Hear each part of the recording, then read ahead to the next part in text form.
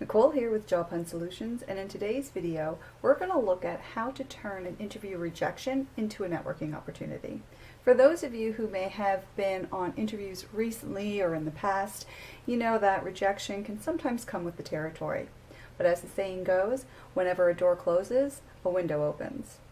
The window in this situation is the opportunity to network or even generate some other job leads.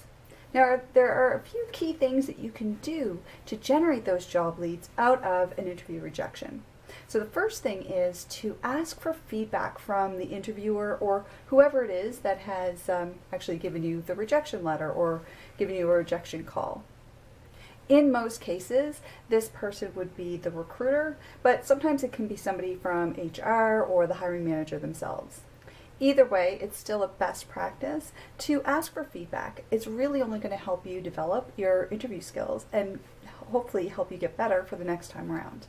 As a side note, for any of my recruiter friends or hiring manager friends or HR friends out there who have been asked to provide feedback to candidates, this is really a best practice, something that is a critical part of the recruitment process and should be followed.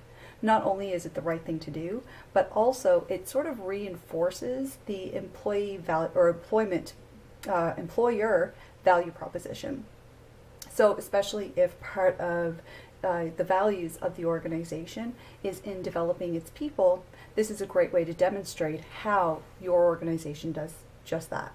Once you've received the feedback, it's really important that you thank the person who's provided this to you. Just keep in mind, it's not always easy to provide constructive criticism to people or to provide feedback for somebody, especially in sometimes what is an emotionally charged situation. But this is really aimed to help you develop your skills.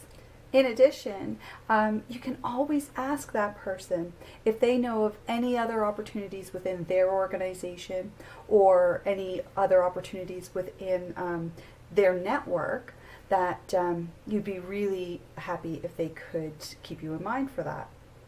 Of course, you should assure the person providing you the feedback that the line items they listed are things that you are intending on working on. Now, on the flip side, if you haven't received feedback, because I hear this quite a bit from job seekers that they're asking for feedback from their interviews, but they're just not getting it, you can still follow up with the person who's provided you with the rejection on the interview. You can follow up maybe even a week after you've requested feedback. And this time you can still ask for feedback or ask if they do know of any other opportunity within their network or in their organization that you'd greatly appreciate it if they kept you in mind. Now, for anybody who has provided you with some feedback or some insight on how you performed in the interview, make sure that you keep these people in your network and that you keep in touch with them. So whether that's a quick email every couple of months or once a quarter, but certainly once you've landed your new job, make sure that they're part of the email string to inform them that you've actually landed a new position. As a final thought, people tend to have in their network a great number of people who would be sort of in their peer group. Now, whether that's somebody who would be at the same level, a subordinate, or bosses, but typically people who would have a similar background, people who would have worked in similar departments. If you think about your own network, I'm sure you could say the same. So as a result, you really shouldn't limit who you ask for referrals from, limiting it to just the hiring managers or just the recruiters.